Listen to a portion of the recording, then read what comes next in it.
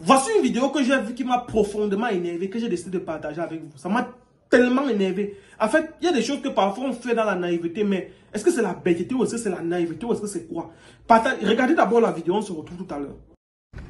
Voilà, nous sommes à l'hôpital. Aujourd'hui, c'est le rendez-vous de mon fils. Voilà l'hôpital des sœurs. Voilà, petit, il va à l'hôpital avec maman. Demande l'argent des examens. Dans les examens, comment? Demande l'argent encore. C'est combien? 100 000. 100 000. Regardez, excusez-moi s'il vous plaît. 100 000 pour faire les examens, première visite. Donne-moi le vrai prix. Donne-moi l'argent, je vais te rembourser si ça reste. Tu vas me rembourser si ça reste. Tu me connais.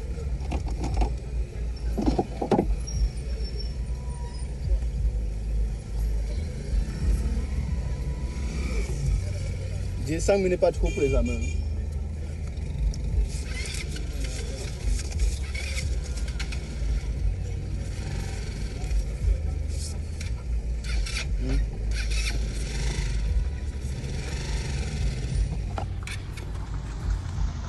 Bon, elle part à l'hôpital avec Noah. Vas-y alors. Elle part à l'hôpital avec mon fils. Hôpital des sœurs. Voici ça. C'est où elle a accouché. Merci. Mon bébé, fais bisous papa. Bonne journée mon cœur. Bonne journée. Salut à tous, c'est Hens, bienvenue dans cette nouvelle vidéo. Encore une fois de plus, on se retrouve pour échanger, parler d'un sujet qui concerne notre communauté. Si on parle de ce qu'on a vu, on a entendu, on donne toujours un peu notre avis. Alors, concernant la vidéo que vous venez de voir, je vais vous dire ce qui m'a énervé à l'intérieur. Moi, je suis de ceux qui pensent que même si tu veux faire n'importe quoi, il y a toujours une limite à ne pas franchir. Il y a des choses qu'on dit souvent, des trucs qu'on garde privés pour soi. Ta femme accouche, elle va à la vaccination et l'enfant. Déjà, je trouve que c'est un truc qui est censé être privé pour vous deux. C'est pour vous, votre petite famille. Maintenant, comme ça ne suffit pas, parce que ta femme va à la vaccination et l'enfant, tu lui donnes l'argent. Est-ce que tu es obligé de filmer quand tu donnes l'argent à ta femme? Est-ce que l'on a besoin de savoir ce que tu donnes à ta femme? C'est une question que je pose très simplement. Parce que moi, je me demande, aujourd'hui, les enfants d'aujourd'hui ne réfléchissent plus sur les réseaux sociaux. Si tu veux faire le genre de contenu là, va prendre exemple sur Laetitia Ndiassi et son mari William Seignou. Vois comment eux ils font. Et les limites qu'eux ils ne franchissent pas. Si tu connais comment, il y a des limites qu'eux ils ne franchissent pas sur les réseaux sociaux. Mais toi, tu viens, tu nous filmes comment, parce que tu as donné 100 000 pour aider à ta femme à la vaccination. Je vais récapituler l'histoire de ce gars. Parce que moi, je le suis depuis, En fait, c'est pas que je le suis, mais c'est que quand tu es sur TikTok, tu vas toujours voir leur contenu, on va toujours te proposer. Et à un moment donné, tu vas toujours suivre. Donc, que tu le veuilles ou pas, à un moment donné, ça vient à toi seul. Et moi, je suis de ceux qui pensent que ce n'est pas, je n'ai rien à gagner ou bien je n'ai rien à faire avec lui. Mais je dis ça pour que, si lui-même il ne sait pas, c'est qu'il ne sait pas qu'il est en train de commettre des erreurs, pour qu'il prenne conscience. Là, s'il voit et qu'il décide d'ignorer, il n'y a pas de problème. Il ignore, ça ne dérange pas. Alors, le gars que vous voyez ici là, il est parti en Biélorussie. Biélorussie, d'abord, il dit que c'est en Europe, c'est pas l'Europe. Biélorussie, c'est pas l'Europe. On dit bien Biélorussie, ça veut dire que c'est les pays qui sont autour de la Russie. Bon, c'est vrai que la Russie est en Europe, mais c'est pas vraiment Europe comme on dit Mbeng là. C'est Mbeng à côté, c'est Mbeng Brakata. Alors, il est parti avec sa go en Mbeng. Elle a porté la grossesse, elle est rentrée au pays. Quand ça fait, je ne suis même pas sûr que ça fait un an qu'ils sont, je suis même pas sûr que ça fait un an qu'ils sont arrivés là-bas. Je ne suis pas sûr que ça fait un an qu'ils sont arrivés. À peine si ça fait trop, c'est un an qu'ils sont arrivés. Il est arrivé en Biélorussie. C'est comme ça que la fille est tombée enceinte, elle est rentrée pour accoucher au Cameroun. Voilà qu'elle accouche au Cameroun, le gars décide de revenir voir l'enfant.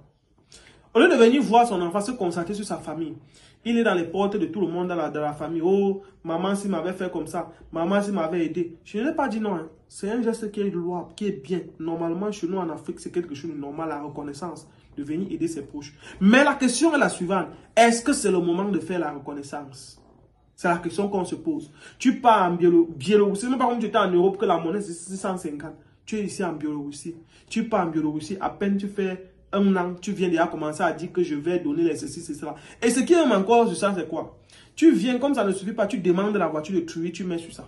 Si tu prends la voiture de truie, là, en roulant, le carter se casse, en roulant, la rotule se casse, en roulant, le bras se casse, en roulant, tu couilles. Tu vas dépendre de la voiture de truie. Les gens aiment souvent se mettre dans les problèmes inutiles. Tu viens au pays, tu peux demander la voiture de truie. Bon, ça va, on peut comprendre que oui, tu as été déplacé. Seulement le carburant de la voiture, là, c'est combien? Au lieu de venir te concentrer sur ta famille, tu es là, tu marches partout dans toutes les portes de TikTok. Tu montes comment tu parles. Ça, c'est pour toi et ta famille. On n'a pas besoin de savoir que tu vas aider tel. Et même jusque-là, tu te mets des ennemis à dos.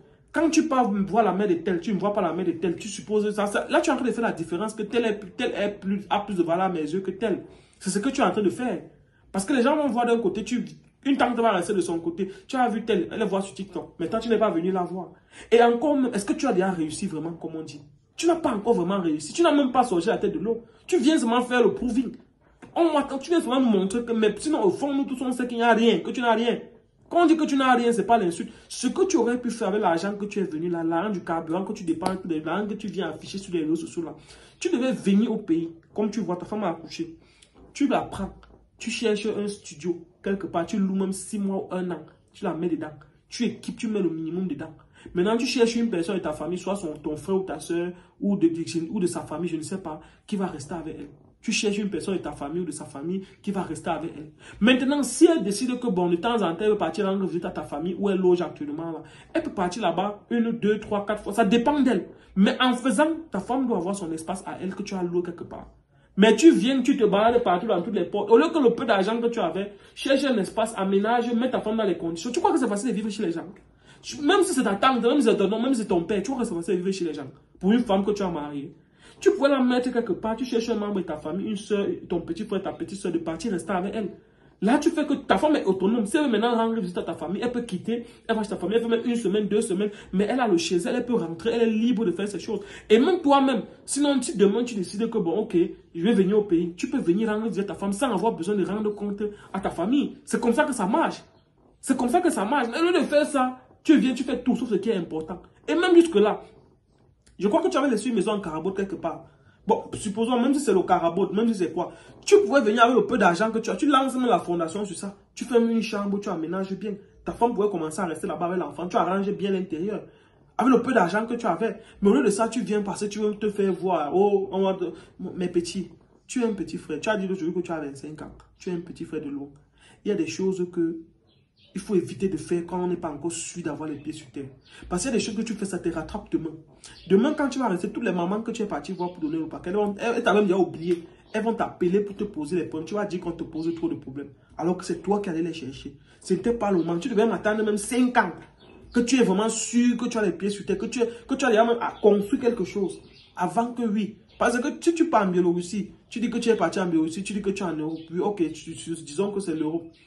Tu rentres, tu es incapable de lever une chambre sur le pain de terre que tu as laissé là. Pour mettre ta femme à l'aise, à l'abri du besoin. Tu cours partout dans les maisons. Est-ce qu'on a besoin de ça sur les réseaux? Là maintenant, tu es en train de montrer aux gens que tu t'en sors alors qu'on sait que tu n'as rien. Tu n'as encore rien. Tu te bats encore, ça ne donne pas. Ah, les petits frères, vous parlez, vous ne comprenez pas. Faites comme vous voulez en tout cas.